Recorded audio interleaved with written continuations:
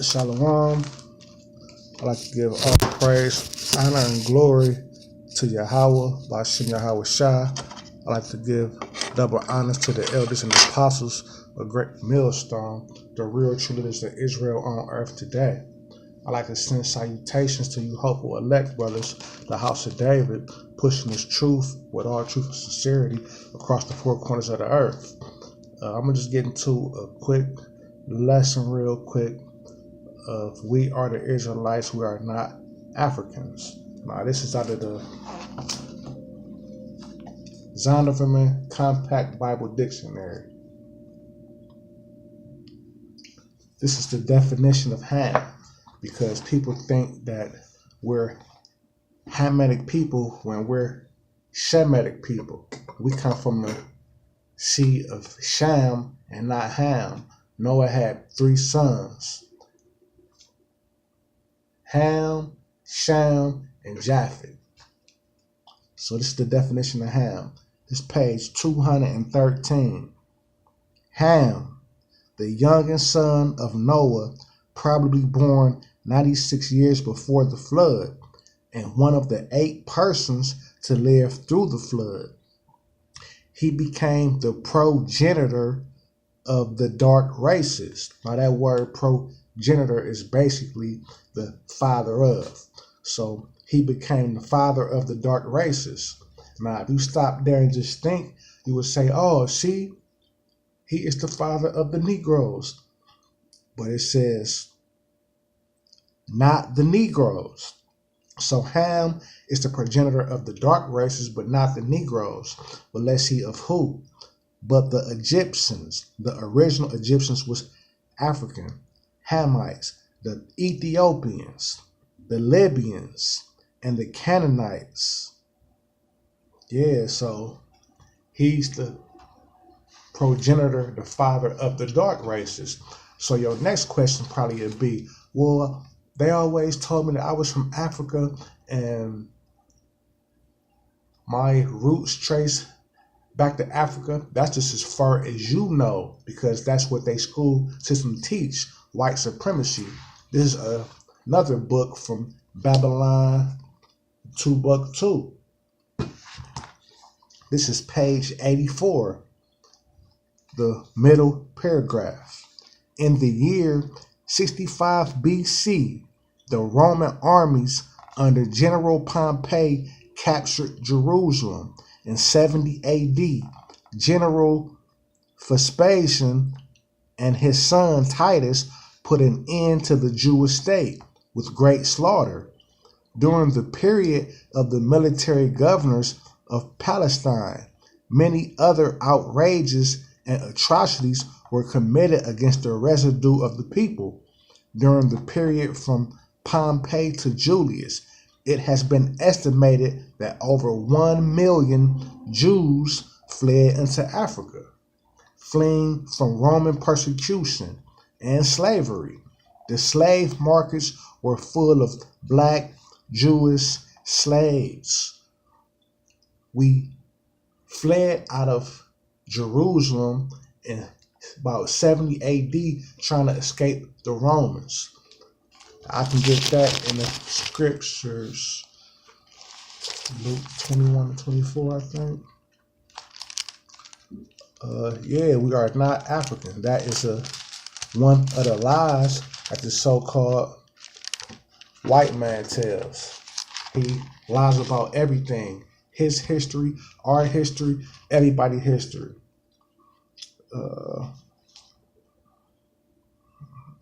Okay, I'm gonna start at 20. This is St. Luke chapter 21, verse 20. And when ye shall see Jerusalem compassed with armies, like we just read from Babylon 2:2, then know that the desolation thereof is nigh. Then let them which are in Judea flee to the mountains of west coast of Africa, because we were dark races like they were dark races, so we will have to blend in with them. And let them which are in the midst of it depart out, and let not them that are in countries enter thereinto.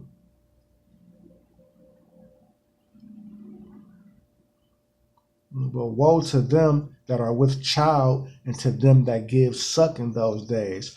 For there shall be great distress in the land, and wrath upon this people. And they shall fall by the edge of the sword, and they shall be led away captive into all nations. And Jerusalem shall be trodden down of the Gentiles until the time of the Gentiles. And that's exactly what happened. Our people fell by the edge of the sword and was led away captives into all nations.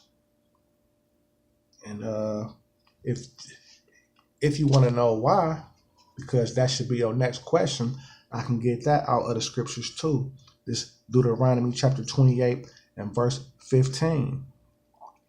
But it shall come to pass, meaning it will happen, if thou wilt not hearken to the voice of the Lord thy God, to observe and to do all his commandments and his statutes, which I command thee this day, that all these curses shall come upon thee and overtake thee. So this is Moses giving the laws, statutes, and commandments to the Israelites in the wilderness. But he told them, if you don't listen to these commandments, all these curses will overtake thee. I'm going to just get a couple of the curses.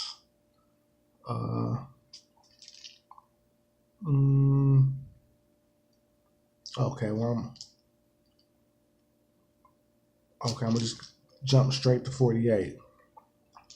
Therefore shalt thou serve thy enemies, which the Lord shall send against thee, in hunger, in thirst, and in nakedness, and in want of all things.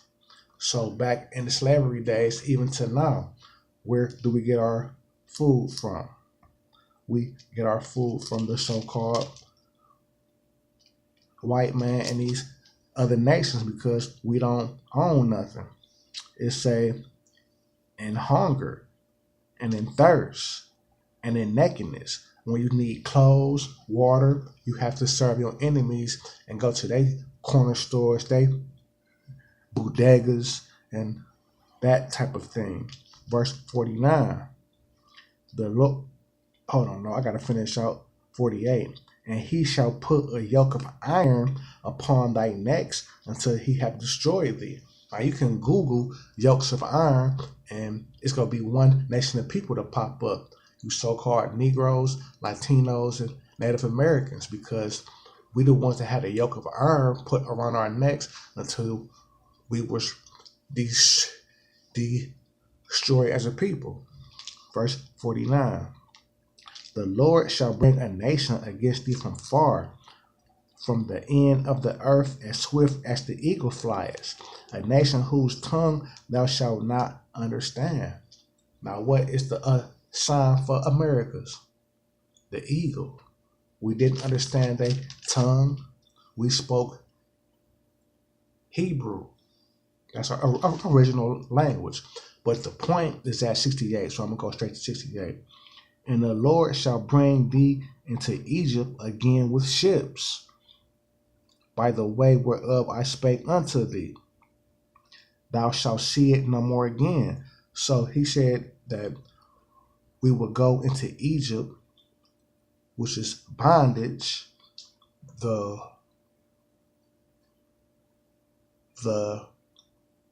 name of the land would be Mizraim. But in this case, it's talking about bondage or slavery with ships. Who is the only people that in history, that's documented history, that went into slavery or bondage with cargo slave ships? That happened to the so-called Negro, Latino, and Native American Indian. And it says, by the way whereof I spake unto thee, thou shalt see it no more again. And we still ain't seen our homeland, Jerusalem, again.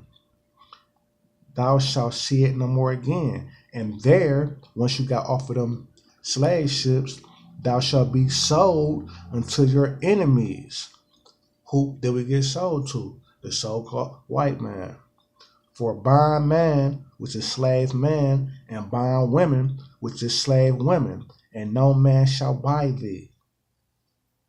Meaning, no man was going to redeem us out of that state. So we are the children of Israel according to Bible prophecy, according to history, according to the curses. Let me see.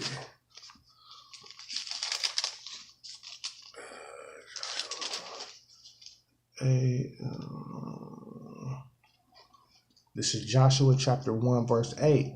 This book of the law shall not depart out of thy mouth, but shall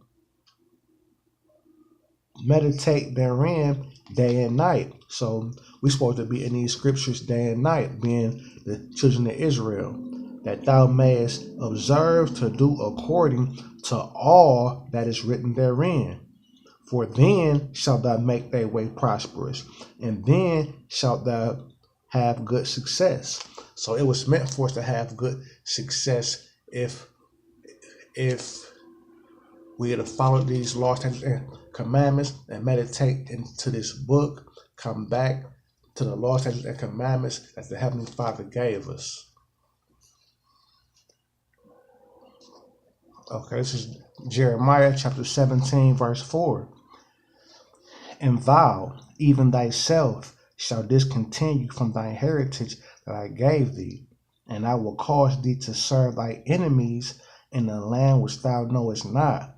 For ye have kindled a fire in my anger, which shall burn forever. So that was the Most High even telling Jeremiah that he would discontinue from his heritage, because we have kindled a fire in his anger and didn't follow the law, statutes, and commandments. But on the flip side of that, because there's nothing new under the sun, what goes around comes around. Everything has a balance to it.